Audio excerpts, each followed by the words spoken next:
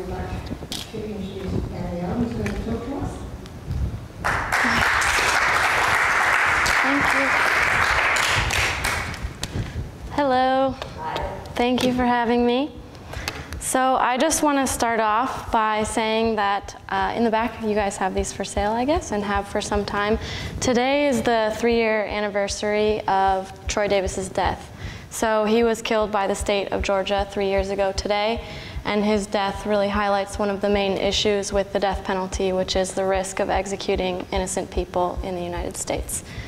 So what I wanted to talk to you guys about was a little bit of the history with the death penalty, nothing too extensive, but because in discussing the death penalty, one of the greatest tools that we can have is knowledge of how it's come to be the way that it is and why it doesn't work. So I'm just going to give you a brief summary of the history and then move into kind of the issues in Washington in particular and what we can do moving forward.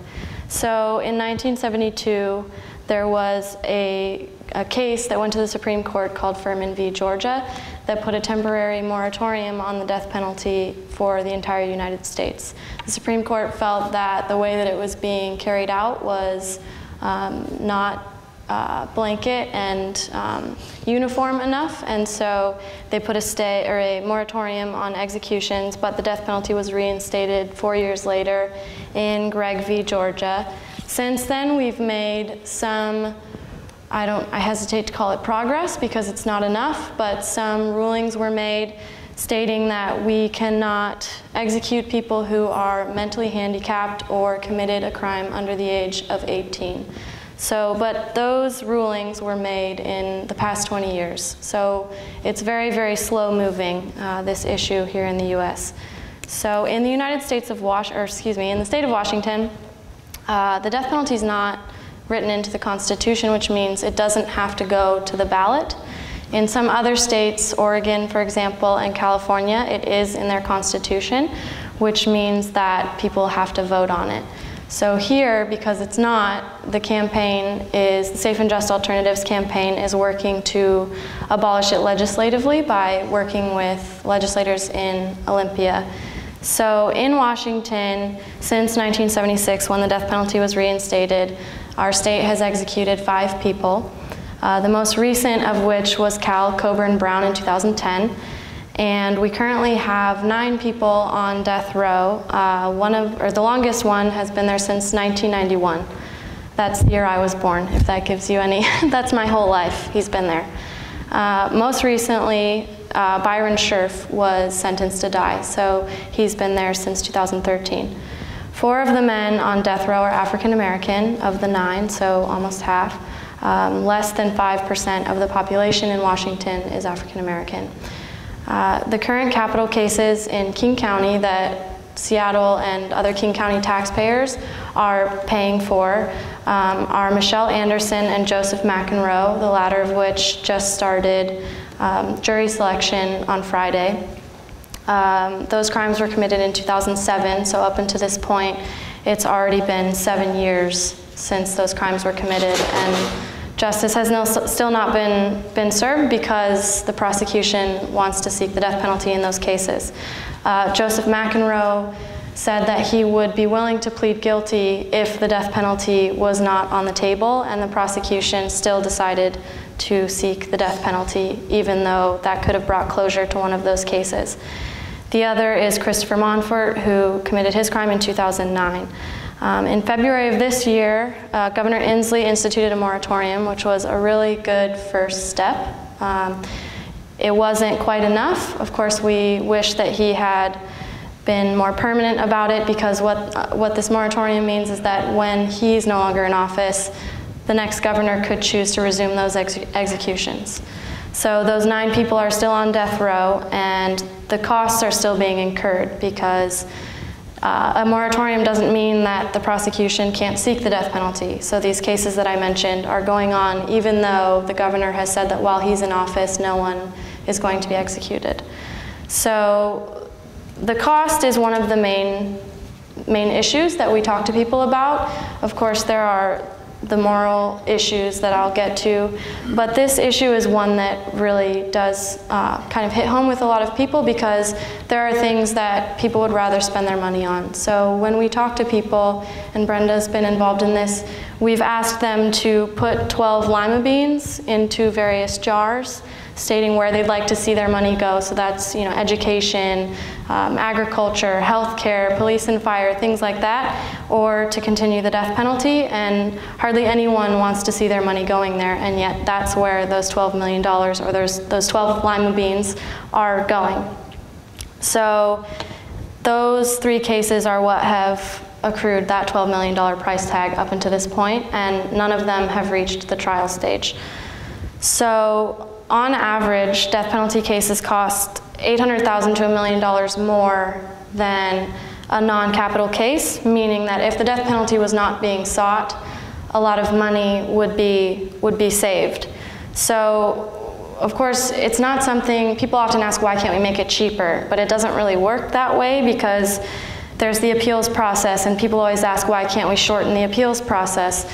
Well, the appeals process is important because it's one of the things that attempts to guard people who are innocent from being convicted or from being executed after their conviction. So since 1976, over 140 people have been exonerated from death row, and if it weren't for the appeals process, that would have been over 140 innocent people who our government would have executed. So there are also other safeguards that attempt to make this process work a bit better to lawyers, to defense lawyers, for example, because of the amount of work that goes into these cases. And these are all things that really drive up the cost, but they're necessary. So we can't just do away with those costs. So what makes this particularly frustrating, though, is that a lot of these death penalties end up getting overturned. So what that means is that after all this money has been spent, and after we go through the process of seeking the death penalty for someone, in the appeals process, they end up getting life in prison without parole anyway, which is what we're advocating for, is life in prison without the possibility of parole. And again, Joseph McEnroe said he would plead guilty and go to life in prison without parole if the death penalty was not on the table. Life in prison without parole is actually cheaper than the death penalty, which is something that a lot of people don't know. Logically, it makes sense. You would think that it would be cheaper to execute someone than to keep them in prison for the rest of their lives.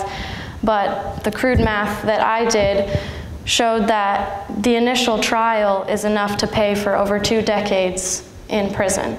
Then adding on all the costs of appeals and everything like that, it is in fact cheaper to put someone on in prison for life without parole. So, as I mentioned, innocence is one of the issues to kind of transition into the less cost-related side of things. Innocence is clearly a problem. If we execute an innocent person, that is state-sanctioned murder. And there are strong cases for that happening at least 10 times in the United States in the past few decades. And one innocent person being executed is too many. So that's why even the risk of that happening should be enough to do away with capital punishment. People often say, well, hasn't DNA solved that problem? I think because everybody watches CSI or Law and Order, and they seem to think that DNA and those types of bits of evidence are in every single case, but that's actually not true. The 140 plus people who've been exonerated, only 17 of those were because of forensic evidence. So what that means is that most of them were exonerated because of other issues, like jailhouse snitches being the key bit of evidence that the prosecution relied on, or people who later recant, or prosecutorial misconduct, the prosecutor hiding evidence from the defense that may keep that person off of death row. These types of things have been shown to really influence whether or not someone lives or dies, because this is ultimately a process that's made up of people, and people make mistakes, and people decide not to give evidence when they should, and these types of things, and people's lives are on the line. So that's why, this issue, it's not just DNA, it's not always cold hard evidence that will get someone off or will put someone on death row.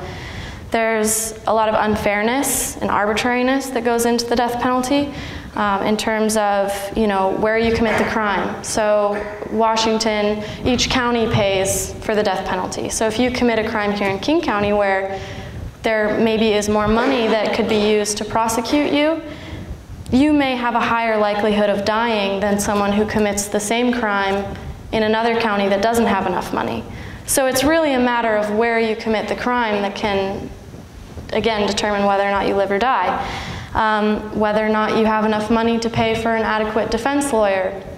That also can go into it. The vast majority of people on death row are indigent, meaning they can't afford to pay for defense, so they're given state attorneys, defense lawyers who in some cases have been shown to sleep during the trial. There have been cases where the defense lawyers have shown up drunk during the trial, and many of these cases it's not been enough to get somebody off of death row.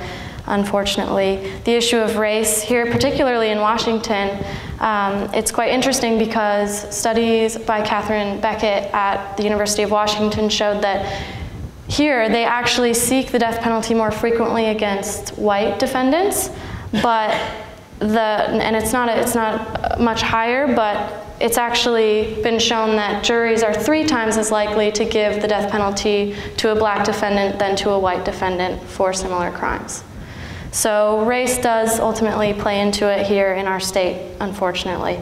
With jury selection, I could not serve on a capital jury. I think most of you, or all of you, couldn't serve on a capital jury because you're unwilling to impose death. So what that means is that we're being forced out of this process where people like to say, well, he or she was convicted by a jury of his or her peers, but it's not really a representative sample of their peers because people like us couldn't serve on that jury. There are also tendencies for prosecutors to throw people of color and women off of these juries because they're more likely to be opposed to the death penalty. So these juries end up being, a certain type of selection of society who have been shown to not only be more likely to give the death penalty, but also to favor the prosecution, which increases the risk of executing an innocent person. So all these things are kind of coming together to form a pretty strong argument to get rid of the death penalty here in Washington and the United States as a whole. So 18 states have already done it, 3 in the past 3 years, so hopefully we will soon follow. As I mentioned before, we're advocating for life in prison without parole. So it's been said, why do we kill people to prove that killing people is wrong? And I think that life in prison without the possibility of parole does enough to keep society safe. And it ensures that we're not going to make the mistake of taking an innocent person's life at the hand of our government, and as well as our tax dollars contributing to this person's death. So in addition to that, people often talk about, well, don't you want justice for the victim's family? There are a lot of murder victims' family members who aren't in favor of the death penalty because more death doesn't do anything to restore the dignity of this situation for the victim. Every time the defendant, goes for an appeal, the name is dragged into the newspapers again, and the crime is relived again and again for decades. That person who I mentioned before, who's been on death row since 1991, every time his appeals come up, the family's back in the media. So it really hurts people, I think, in that regard. So in terms of moving forward, so what's the legislative outlook in our state? At this point, we're working on this campaign, the Safe and Just Alternatives campaign, with allied organizations like you, FOR, as well as the ACLU, the League of Women Voters, various organizations around Washington State who are all working toward this same goal to get rid of the death penalty. And we are speaking with legislators in Olympia to get them to kind of come to the other side and to vote against the death penalty. And because at this point, it's them who's going to to make this decision, which is why it's so important to let them know, you know, through these postcards that we collect, for example, but people have written letters and things like that, to let them know that we believe that there is a better alternative that removes the risks that I've mentioned. Next year, we're going to be introducing new legislation, and it's a really important year for us because of the moratorium that's in place and because of all the unfortunate instances of executions that have gone wrong around the country, that have made the news, and that have gotten people thinking about this issue that they haven't necessarily felt the need to think about, because unfortunately it's not something that people think about. It's just something that exists that we feel that we don't have to confront. But we do have to confront it because these executions are going wrong and the risk is still there. And you know, the issue with certain chemicals and things like that that we've been having, that's not something that's going to go away. So what are the main hurdles then for people discussing the death penalty? One of them is misinformation. As I've been talking about, there are certain things with the death penalty that maybe aren't necessarily intuitive, like it being cheaper, it being more expensive than life in prison without parole. A lot of people make certain assumptions about the death penalty that just talking to them and just, you know, teaching them some of these things that are actually true about the death penalty makes them confront this issue. But it's difficult to confront people about it because, as I mentioned, it's not something that people feel they need to really think about regularly. So when you confront them, oftentimes it seems as though you're questioning part of their identity, which can really make people put up a wall, and it can make people dig their heels in. And so it's a difficult conversation to have, which is why when you can discuss these facts and discuss how the system really works and what's really wrong with the system, it's more effective than you know, avoiding that and just trying to talk to people without employing those very useful things. The issue as well is that for these politicians who are going to be voting on the death penalty, I don't know that there's really a sense that in each district the political environment is safe for them to vote against the death penalty, to repeal the death penalty in our state next year, or each time we introduce legislation, there are politicians who feel that if they were to vote against the death penalty, that would be politically damaging for them.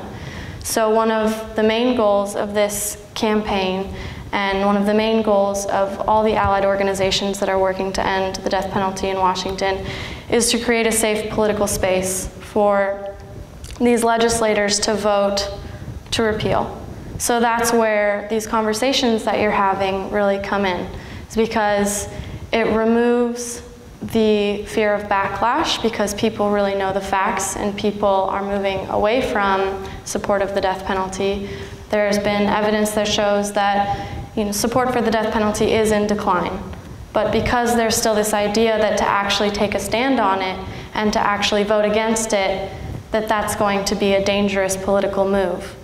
And it's unfortunate that an issue like this that really deals with human lives is something that comes down to politics.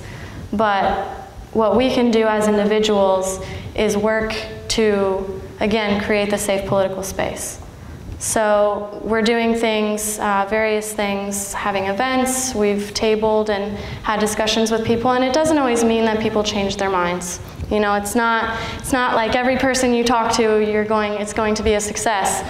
But what it does is it opens the door, that conversation starts, which is something that's very important. Somebody on our board told me a story, Dave told me a story about somebody who he had had this discussion with, a handful of years ago, who had been so opposed to hearing what he had to say about the issue and was so in favor of the death penalty. And this was, I think he said, maybe 4 years ago. More recently, he saw him, and this individual said to him, I'm really starting to see where you're coming from with everything that's been in the news. And this is somebody who he never would have thought would change his mind.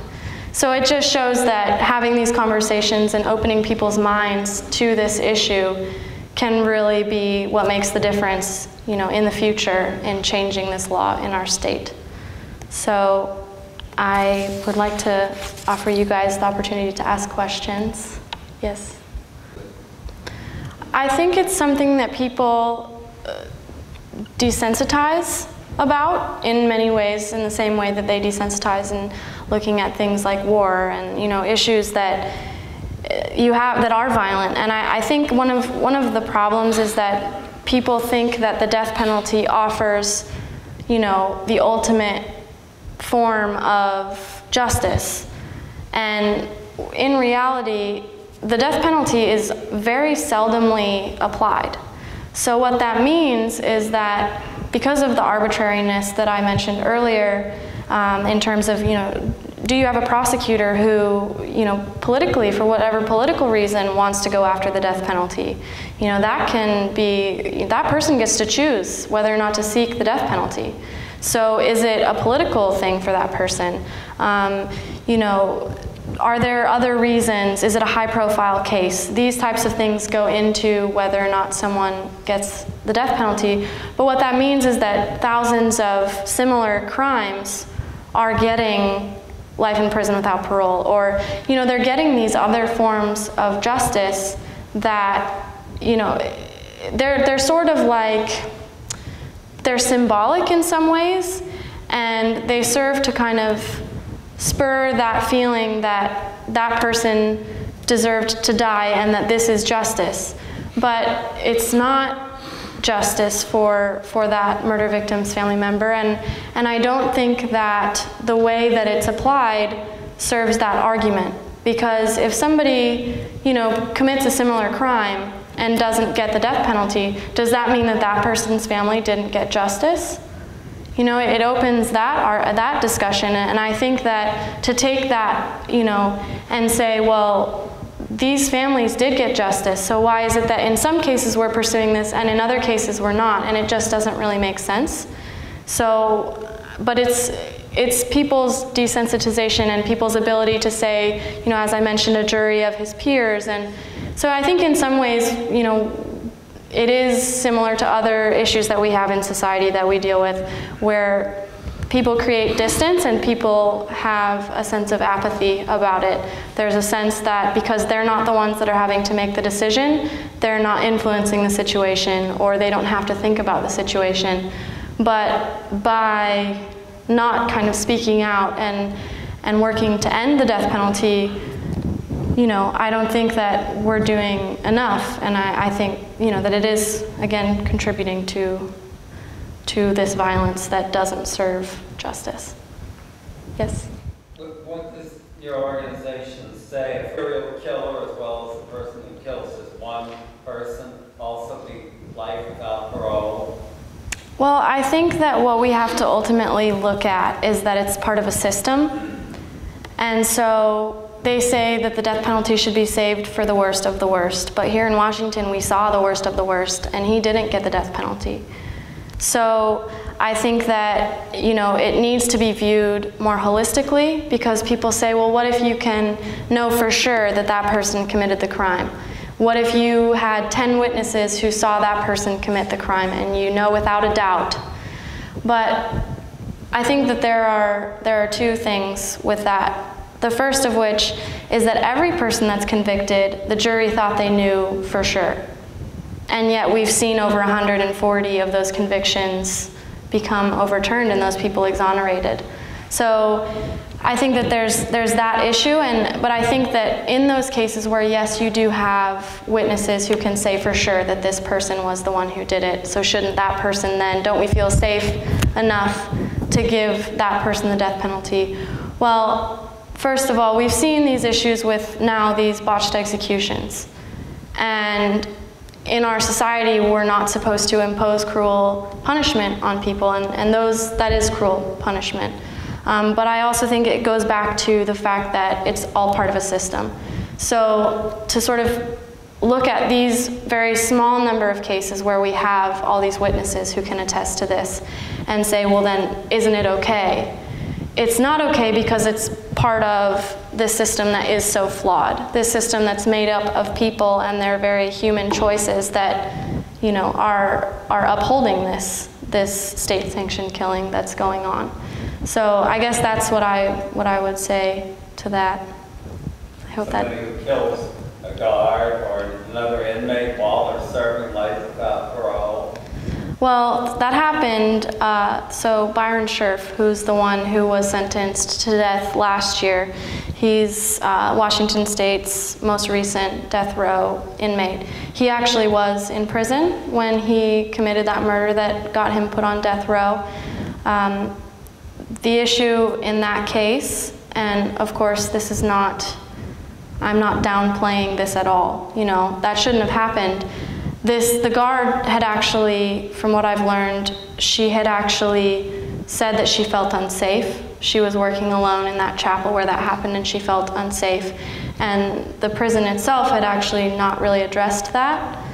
And so I think that, you know, that looking at the prisons themselves and the way that safety works in those prisons themselves isn't necessarily an issue that needs to involve the death penalty.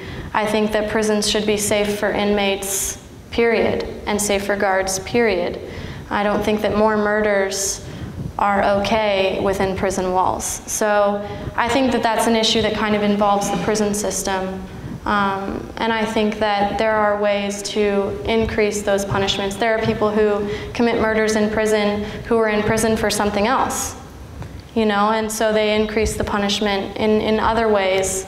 So I don't think that looking at the prison system is necessarily different than looking at society as a whole. And again, to go back to that issue where it's all a system, I think you have to look at it as a whole. Go ahead. What Sorry. would you want us to do? To do, yes, I have a list of actions. Okay, so we're having events where, you know, we're able to talk to people, but in many of those settings, we're talking to people who aren't in much need of convincing. So, you know, as I mentioned before, one of the main things is really just talking to people. And so that means, you know, in some cases, in Eastern Washington, for example, the Peace and Justice Action League of Spokane, they've been putting on house gatherings where someone will invite others into their home. And maybe some of those people are on the fence about the death penalty. So, but in this sort of safe space where there's a relationship already there and, you know, I know you respect me and vice versa, and we can talk about this issue that we maybe don't agree on, I think that that's a really important way that we can connect with people. So I think what people can do moving forward is to find those communities where maybe a discussion like this can happen, where it is sort of a safe space to have those. So in churches, for example, there's a Catholic church in West Seattle that's going to be having an event specifically discussing Catholic teachings on the death penalty, as well as, you know, basically, you know, information on Washington State and some of the things that I've been talking about, because a lot of people in churches are in favor of the death penalty. And so looking at why in their lives, what it is about their lives that doesn't come together with their support of the death penalty. So willingness to host an event like that would be wonderful. Willingness to connect people at our organization, myself, for example, with churches or with school groups or other organizations so that we can continue the dialogue is very helpful. Attending events, bringing people to those events to widen the support base. You know, for example, Sister Helen Prejean, who wrote the book Dead Man Walking that led to the movie, she will be speaking in Tacoma on October 12th and here in Seattle on October 13th. So attending that event and bringing people with you, and again, just broadening the support base and getting people to then go into their communities and into their families and having these conversations, because it really is just a continuing conversation that needs to be had. Because it's something that's happening at the legislative level, it's something where we have to interact with each other and discuss this issue, and that's how it spreads. That's how this, you know, mindset's going to change in our state. We're also actually lucky enough to be able to host an event with the author of I Am Troy Davis, Jen Marlowe. She's a Seattle resident, and she's going to be sitting down with us to discuss her book on October 18th, which it has a scheduling conflict with the training that you mentioned, unfortunately. But she's going to be sitting down with us to discuss, you know, her experiences with Troy Davis and his family. So these things that kind of just continue to inspire people to, you know, continue the movement. We have a lobby day down in Olympia where we go and talk to the legislators, and I believe that's going to be in early February, around February 11th, I want to say, but that's potentially going to change because of the need for a room where we can do it, so scheduling. So then these postcards, if everyone committed to getting 10 of these. He also mentioned that they need to fill them out this year. Right. Every year, because Yes. we give them to the legislators at the lobby day, and so we need to have a stack for this year's constituents. Not even did it last year. So if you've done it once, do it again. There are 15 people in here. If everyone got 10 of these signed, that would be 150 of them already. And I mean, I feel confident that I could go in my circle and have 10 of them signed, and the stack that we would have at the end of that would be quite impressive. So if anyone is willing to take on that challenge, 10, 50, whatever. Don't count them up. Right, just leave them like this, and you don't have to have, you know, duplicate addresses or anything. We're willing to do all of that after the fact, but those types of actions, it's a signature, and it does actually make a difference because each legislator gets a stack, and I think that having the discussion about the death penalty with these legislators, I think that it, you know, it's a little bit more impactful when you have this and you can say, look, people are actually on board with this. You know, it's not just our organization, it's your constituents who are thinking about this. So I'm in the 36th district and all of my legislators are already on board with this. So should I still do that? Yes.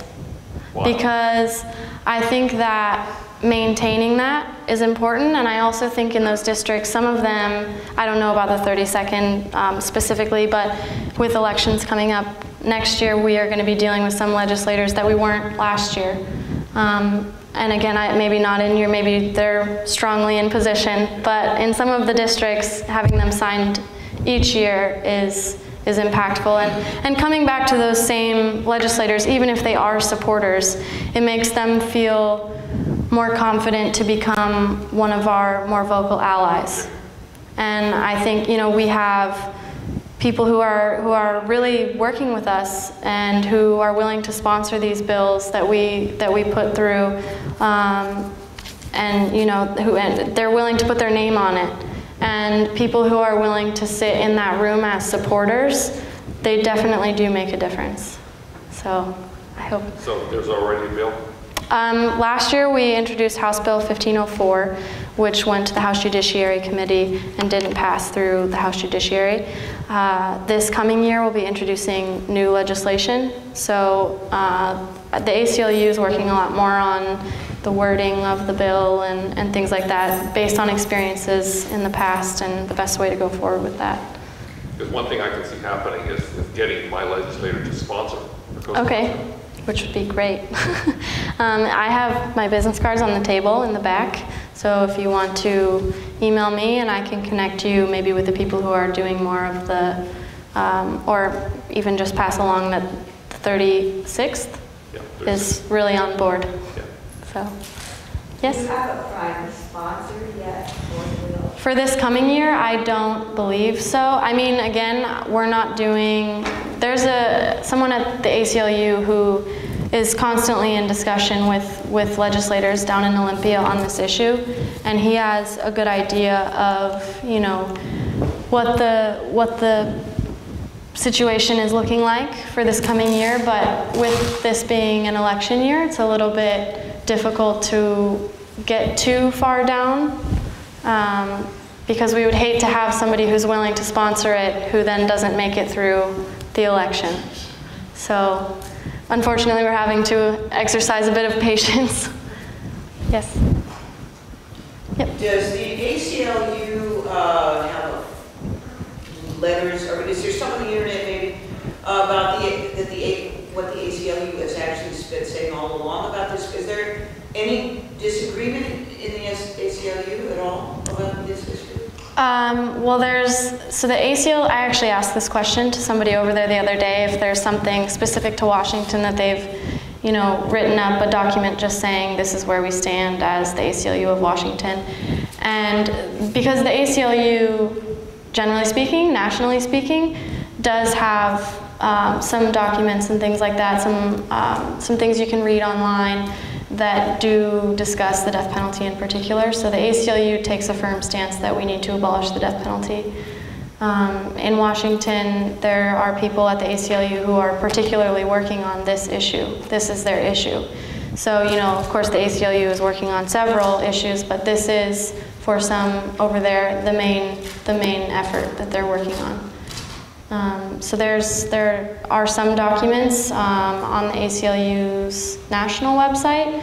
Whether or not they are also on the ACLU of Washington's website, I know there are some blog posts that they've written in the past. More recent ones, I'm not really sure.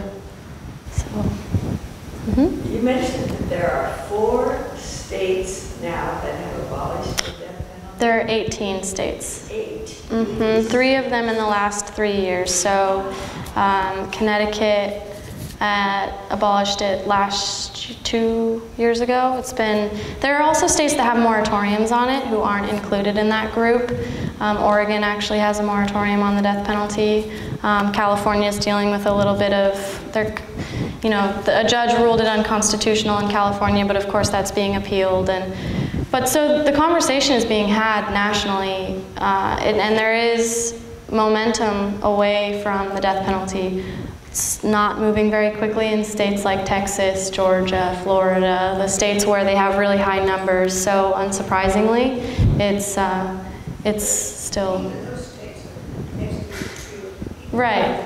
And they have seen, issues in terms of moving forward with everything in the news about the botched executions and things like that. Even and there are groups like us in each of these states, even in these southern states, there are people who are working very, very hard on changing minds in those states as well.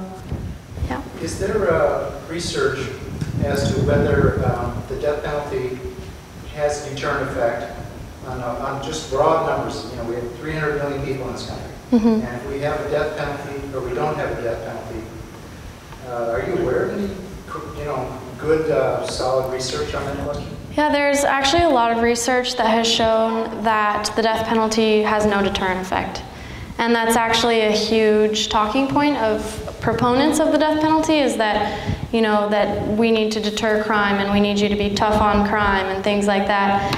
But partially because of the length of time that passes between someone getting getting arrested, then going to trial. Now, as we've seen with the cases that are going through the system right now, those were 7 years ago, and they haven't even made it to the trial stage yet. And if the death penalty had not been introduced, those would have moved more quickly. And so then, after the conviction, on average, people sit on death row for 15 years. So any potential for deterrence that did exist is no longer there. The story does not become about this person committed this crime and then swift justice took place, because it takes so long. And again, we can't change that. We can't do away with the appeals. So I think the bottom line is that the death penalty isn't a deterrent, and there have been studies that have shown that. And the other thing is that the way that the death penalty works in some states, and it's a state's issue, so there are particularities that exist in each state's statutes. But if you commit a murder in the commission of 2 other felonies, so, say for example that you are robbing a house and you had stolen a car to get to the house, and then when you're leaving the house, your gun goes off and someone dies. You weren't thinking about murdering that person when you even entered into this situation. The objective was not premeditated murder. It was a robbery that then escalated into a murder. That's a death-eligible case. So in that person's mind, the death penalty wasn't on the table. Life in prison wasn't even on the table. They thought that they were going to get away with it. So, people aren't thinking of this when they go to commit a crime. So, yes? Yeah. One thing that really concerns me a lot is the fact that we don't have enough public defenders of high quality, and that their caseloads are too big, Right. and that they frequently, that people accused of capital offenses get, in certain situations, browbeat into pleading guilty. Is this a very common thing with capital offenses, or is this more common with At lower levels. slightly lower levels? I mean, I think it's a problem because that's usually when you hear about an exoneration, it's a situation where the person maybe pled guilty Right. to avoid the possibility of the death penalty. Right. So I was actually discussing this earlier, that, you know, saying that there are people who don't want to roll the dice and go through the court system, because for whatever reason, because they're poor and can't afford adequate defense, because they're black and they think that they're going to end up with an all-white jury, which is a very reasonable thought for this person to have, that's going to give them the death penalty because of biases that exist then in that situation. They don't want to chance it, and so they take a plea, and somebody who's innocent ends up doing 25 years or something, or life in prison. So I think that that's a really big issue, and I think that to use it as a bargaining chip in a system that's so broken is a dangerous thing to do. I also think that, as you mentioned, a big issue is the quality of defense lawyers. And here in Washington, there's actually, you have to be a death-eligible attorney, meaning that you have to have reached a particular level in your career and the quality of your cases, or the, I guess, the type of cases that you have experience with. You end up being eligible now to defend someone in a capital case. But that doesn't exist in every state. And even those attorneys are very, very overloaded by cases that they're working on here in Washington and elsewhere. And, you know, there are instances where people have been defended by even two lawyers. Someone had two lawyers who had never tried a murder before. It's not that they'd never tried a capital murder, they'd never even tried a murder, both of them. So you have these attorneys who aren't experienced in the way that these cases work, when they need to introduce evidence, what they need to say, what types of experts they should bring in. These people don't have experience with that.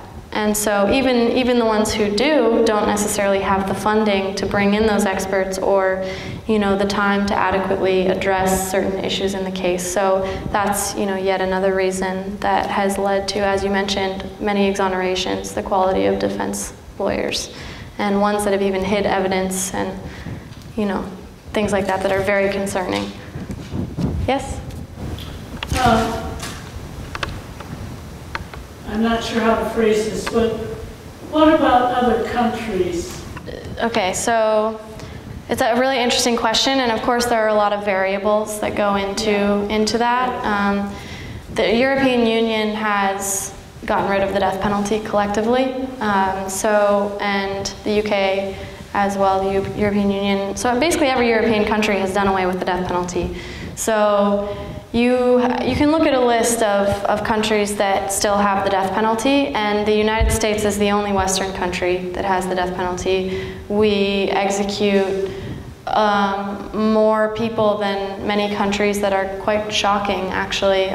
The number of people that we execute, we've made the top 5 highest executing countries more than once, which is not a list that we want to be on, of course.